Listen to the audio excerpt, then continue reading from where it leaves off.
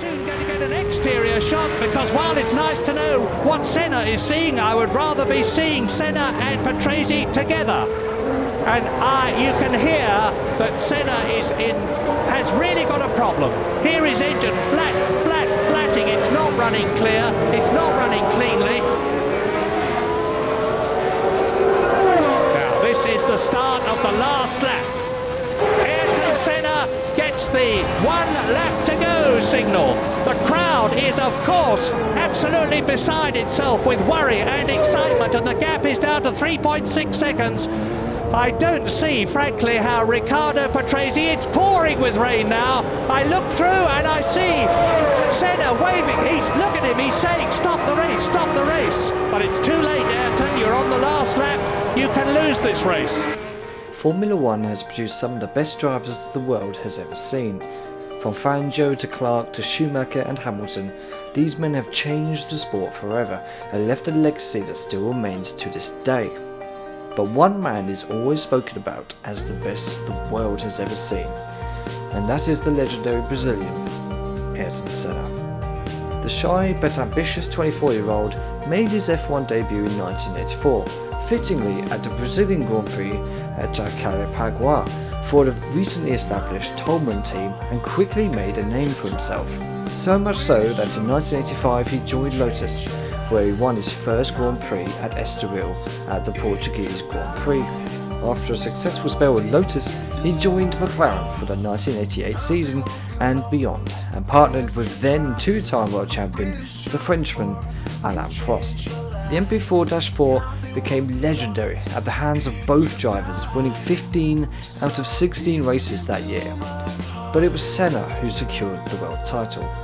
The following year, however, the rivalry between both Senna and Prost was evident for the world to see, and became one of the most remembered driver rivalries in the history of the sport, with both drivers publicly revealing their dislike for one another.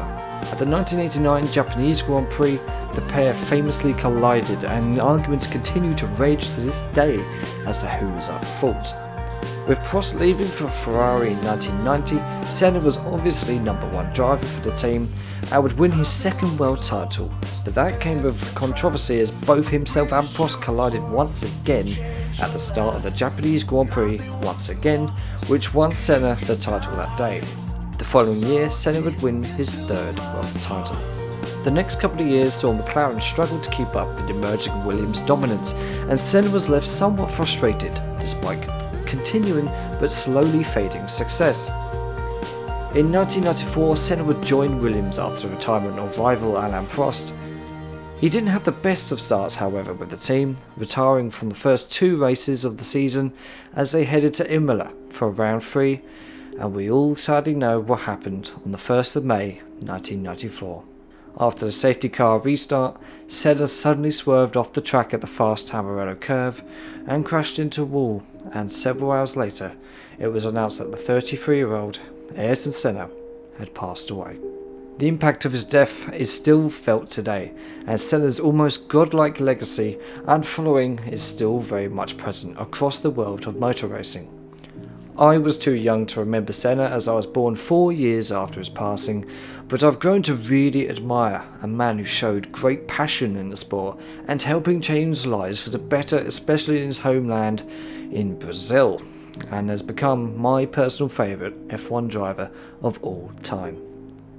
His aggressive but calculated driving style was something never seen before and probably will never be seen again. So in this video, we shall take a look and experience one of Senna's finest moments in F1. Now there's plenty to choose from, of course, from his exploits at the Donington Park for the 1993 European Grand Prix, or his first win at Estoril in 1985. But I've chosen to try and recreate the 1991 Brazilian Grand Prix at Interlagos, where he won his first home Grand Prix, but not without showing how determined he was to finally earn that. He started on pole and got a good start. After a while, it's clear that he was going to cruise to victory, but the gearbox of his McLaren decided otherwise. He started losing gears, and with only a few laps remaining, he only had 6th gear available and had to struggle to get the car over the finish line, with the Williams of Riccardo Patrese quickly catching up to him, going so slowly on occasions that it nearly stalled the Honda engine. Luckily, however, Senna would get the win, sparking huge celebrations from fans, team members, and Senna himself, who was so exhausted after the race he had to be helped out of the car after passing out, and even struggled to hold the trophy at the podium ceremony. A truly iconic moment from the best the world had ever seen.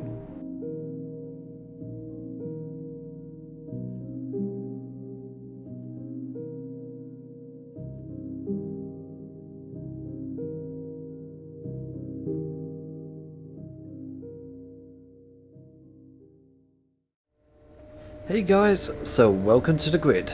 We are here in Interlagos, like I said in the intro, recreating the 1991 Brazilian Grand Prix. This is going to be a special video. I was planning to do this for quite some time. I know I've done quite a few remembering videos already, and Ayrton Senna, I wanted to do it, but I wasn't too sure when, but I thought, fuck it, let's just do it. So here we are, Interlagos. I've watched this race quite a few times. In fact, this is the first Senna video, race that I've watched in its entirety featuring Senna, and I was just like, wow, what a driver, really was. So what we're going to be doing, we've got 11 laps to complete here, and basically on the start of lap 9, I'm gonna not allow myself to use first to fourth gears, so we can only use fifth and sixth, and then the start of the 10th lap, right to the end of the race, I'm gonna keep myself at the 6th and see if I can, win the race. And I've lowered the AI so then I can give myself a bit of a chance of getting ahead of the field, and allowing them to sort of catch up to me when that happens. As you can see, we have tried to recreate the grid from that day. There was actually a lot more cars. There was near to 30 cars on the grid this day, but this track only allows me to have 23, so it's gone all the way down to Eric Comas in the Ligier, who saved his life in 1992, the Belgian Grand Prix practice. And yeah, pretty much the entire field as it was. We got Riccardo Patrese just there, and Nigel Mansell behind me, you could just see in the mirror there, and then behind Patrese you have Gerhard Berger, my teammates, and of course Jean Alesi and Alain Prost behind them in the Ferrari, so keep an eye out for them. So hopefully I can get a good start. I've done a bit of practice, a couple of test recordings just to make sure everything's fine for this one. And I'm a bit nervous for this one. Don't know how it's going to go, but there's also a special something about this particular car. All these cars, apart from the Jordans, are made by ASR and ASR Formula, and this thing has something a little bit special about it, which when I found out about it, I was like, it got me a bit emotional, because I was on this track when I discovered it. But we've also got a cool down lap enabled for this race, so when I'm doing that, I'll show you exactly what that is, and hopefully we can get the win in tribute to the late great Ayrton Senna. So without much more chit chat, let's get on with it. Let's go. Okay, here we go. Listen to the roar of all the other cars, and let's go. Got to a pretty poor start. Let's race towards the Senna curves. I'm going to give Patrese a little bit of space. Much faster car back then. The Williams were emerging as the team to beat back then.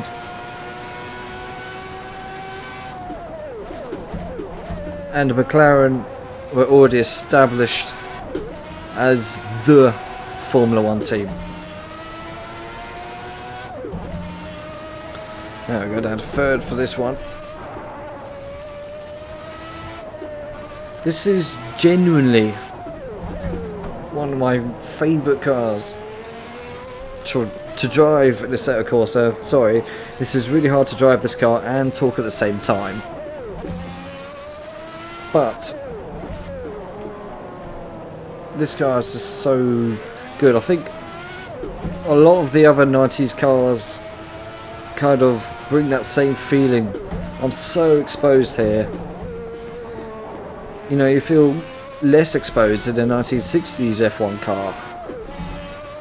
The 1990s sadly became, well, the early 1990s sadly were a particularly dangerous era of Formula 1.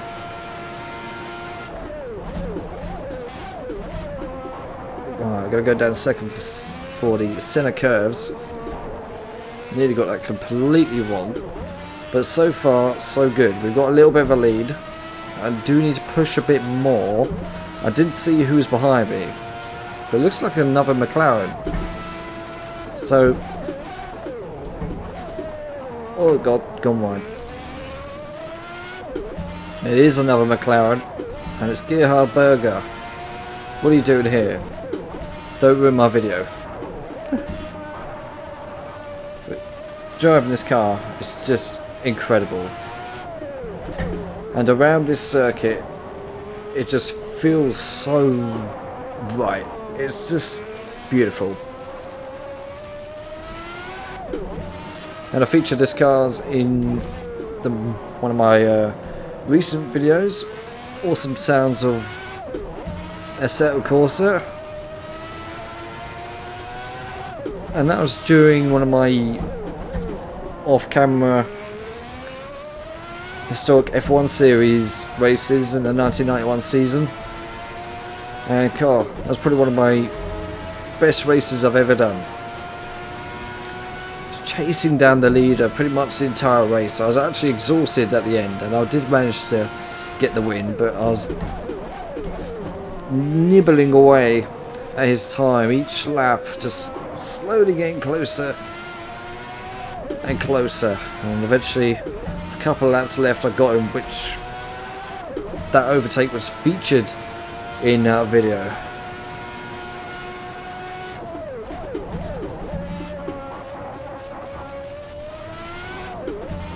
Right, I think we're getting away from Berger, which for me right now is not what I want, because I'm particularly hungry. I've got my food in the oven at the moment. So I know that joke's been done to death, but still funny to me, alright?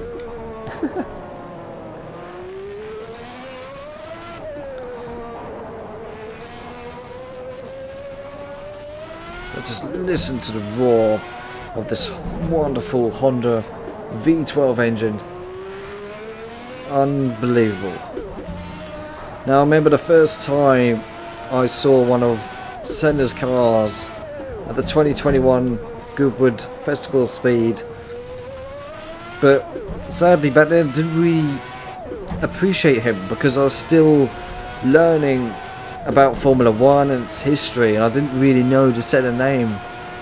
I remember stood there staring at this McLaren and the 1990 McLaren and a couple of others, and his helmet was there as well. Sat on top of the rear wing of the 1990 McLaren, and I kind of understood who he was, but never really appreciated it.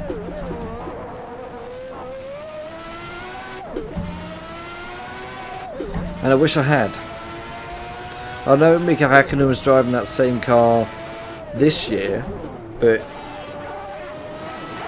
you couldn't even get close. See, I think that's one of the Ligiers, or maybe the footwork, which slows cars on the grid here.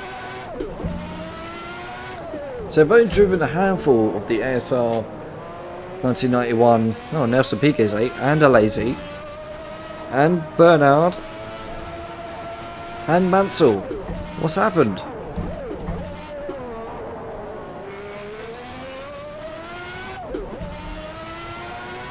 There must have been a crash of some sorts.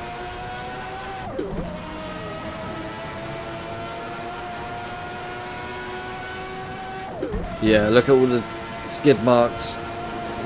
Sometimes that can happen.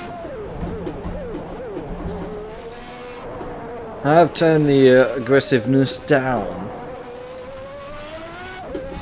so there was less crashes, and all during the practice that I've been doing. There's no incidents whatsoever. Now we're coming up to a back mark already.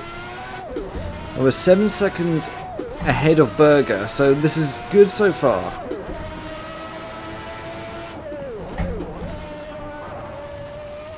Now what was I saying? Oh yeah, Goodwood. But yeah, this year you couldn't even get close to Mika or Senna's McLaren. I really wanted to get really up close and personal. And I saw it in a pretty rare state where, that's a Ligier, isn't it? I think so. Of it almost completely dismantled, which is quite a unique sight. And I've got a field of back markers to contend with now. Bootson is also out. That must have been the Ligier that we saw, and this looks to be a Lotus? I'm not too sure.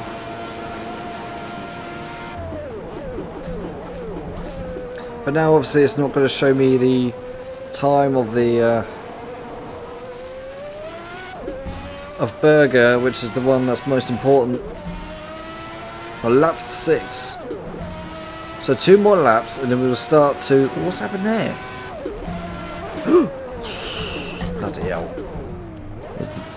Benetton suddenly slowing down a lot earlier than expected.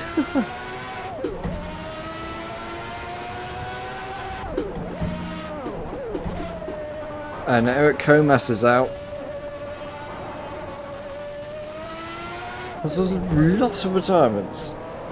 Like, the aggression level is almost non-existent. I don't know what's going on here, but we'll deal with it for now.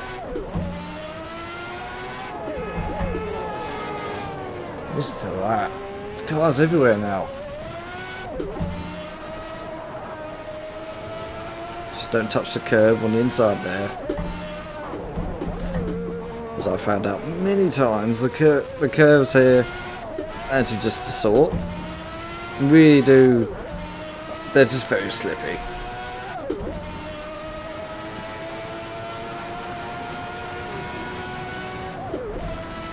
And of course during the race, it was James Hunt who first noted that there was something up with Senna's car, as it just sounded a lot different than what I had previously when they'd been passing the commentator's box, and then later on became very evident that Senna had issues, and he had to really just carefully caress this car across this circuit in 6th gear, and pretty much 6th gear only. He just slowly started losing gears, and it just nearly just, well, we saw at the end he passed out, and then his celebrations are just iconic, just screaming. That wasn't even team radio or anything, that was the external camera which is mounted on my right behind me that could hear him over the engine sound. That's how much this race meant to him. And it just goes to show that F1 is more than just driving cars around the circle. It's so much more. So 37 seconds ahead of Berger. But now, this is the last lap where we can use all of my gears, because at the end of this lap we'll be restricting myself to just 5th and 6th, which is going to take a little bit getting used to. But then after that, just 6th. And we're going very slowly. We're talking about between 8 to 10 seconds I'll be losing per lap. And I think Berger right now is in the perfect sweet spot. He could possibly still get to me. Now who's this coming up? Imagine if it's Berger.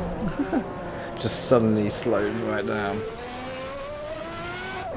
Now obviously in reality it was Mansell originally who's chasing down Senna, but he spun off and after getting out of his car, ran across the track looking absolutely exhausted, and then Patrese obviously took over to try and catch up to him. He later had issues of his own, but unfortunately couldn't get to him. Now, here we go. So we've lost gears now. Lap 9, 42 seconds away. 5th gear now, as you can see on the dash. We approach this back marker, but now he's getting away from me.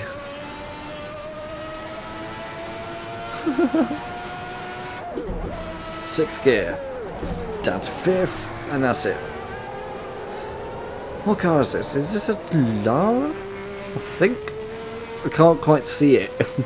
Come back please. Right, slow. See, the beauty of it though, I can hold full throttle through a lot of these corners.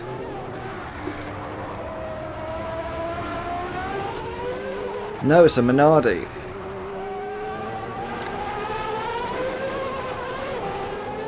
Alright, listen to that engine, you just can't hear it. Not the Minardi, I'm talking about the McLaren. You can't hear it at all. Listen to that, it wants to stall then. Oh dear. It just feels like it's taking an absolute age. I'm doing battle with a Minardi now. Which sounds gorgeous, by the way. Come on. It just takes so long. That could be him down there. I don't know. I think it actually might be. Alright, so 46 seconds now separates us. We're now down to 6th gear. Listen to the engine now. It just doesn't want to go. Come on. Look at him out of time. I'm losing on the dash there. 2.6. 3 now. And that's seconds. I'm losing so much time. And obviously I'm still trying to win this race. But it's costing me so much time. Now Minardi is now going away from me.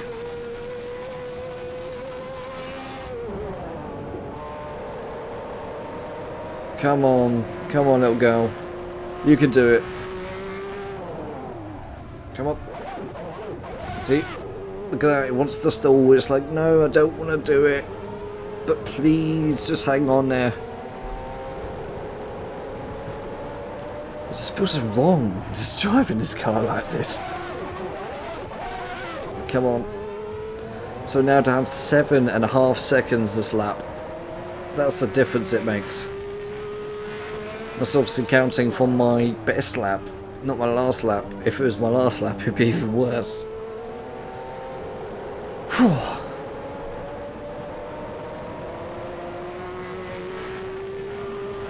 So we're now down 10 seconds. Come on. Bye bye, Minardi. It's gone. So 41 seconds now, and we're on the last lap. So I think we could potentially have it on the brag. At least I could take these corners a lot more carefully without risk. Oh, come on, it's really struggling now. You can hear it.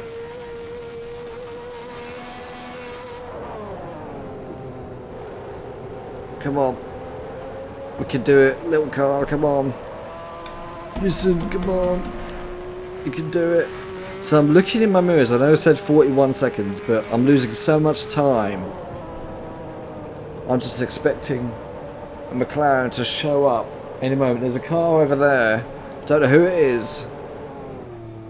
Whoop. Come on. Thank you.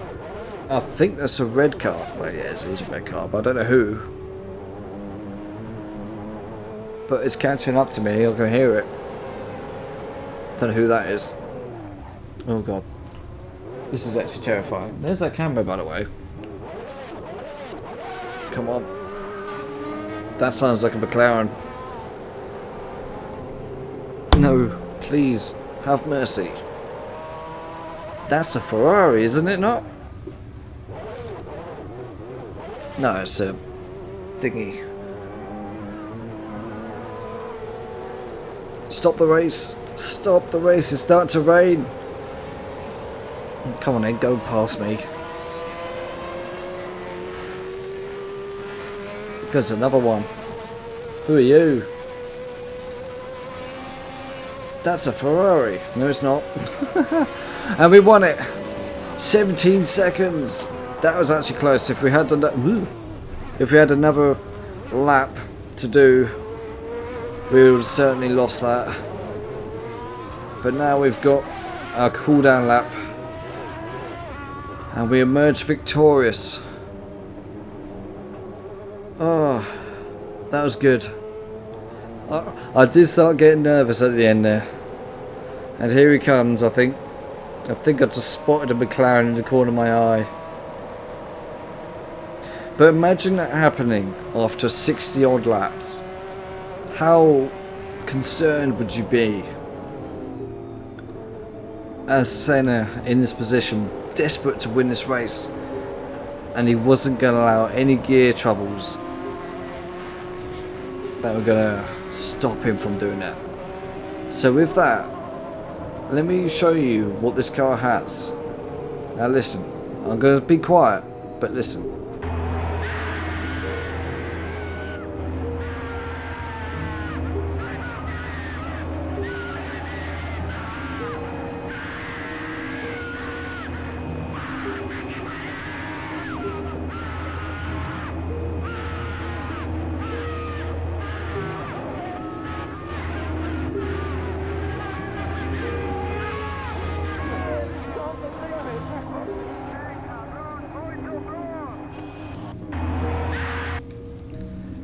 Yeah, that just speaks for itself, doesn't it? You can just hear that passion, that emotion, just all coming out in those few seconds. That was a man who was in his own world. And honestly, listening to that whilst driving this car around here, it sends shivers down my spine. And that wasn't me just putting in that clip. No, it is the car on the horn button. So, come on. Well, the cool down lap definitely works. I might actually use this for future races. And do we go to the pits? I think so. Should do, really, in theory. Park firmware and all that. But yeah, guys. That was remembering Ayrton Senna, and to be honest, you know, probably could have done it a little bit better, but, you know, oh well, it doesn't matter. I wanted to do this video for a long time, and I feel like doing this race is probably the best way that I could remember him, because this is how I remember it. When I think Senna, I think of this race. Obviously, for plenty of you out there, probably remember him for other reasons. For other races or incidents or whatever, it doesn't matter. So maybe I should do another one where we look at other memorable moments of Senna's career, but you know, in the future we'll see. But I really hope you enjoyed regardless. You know, it was fun. A little bit of a different challenge, and yeah, so if you did like it, subscribe. We're a new channel, we're growing, and I'm really happy to see a lot of you joining and enjoying my videos lately, so thank you so much for that. And don't forget to like this video, share it, comment as well. Tell me what Senna means to you. I'll be very interested to see your opinions on Senna and his wonderful career. And until next time, there'll probably be a video this week again. Quite busy, quite tired from work, but there'll definitely be a few uploads coming on. I've got quite a few ideas, and this one's been an idea for a long time, but I thought I'm just going to do it. So like I said, thank you so much for watching. I'll see you in the next one. See you later.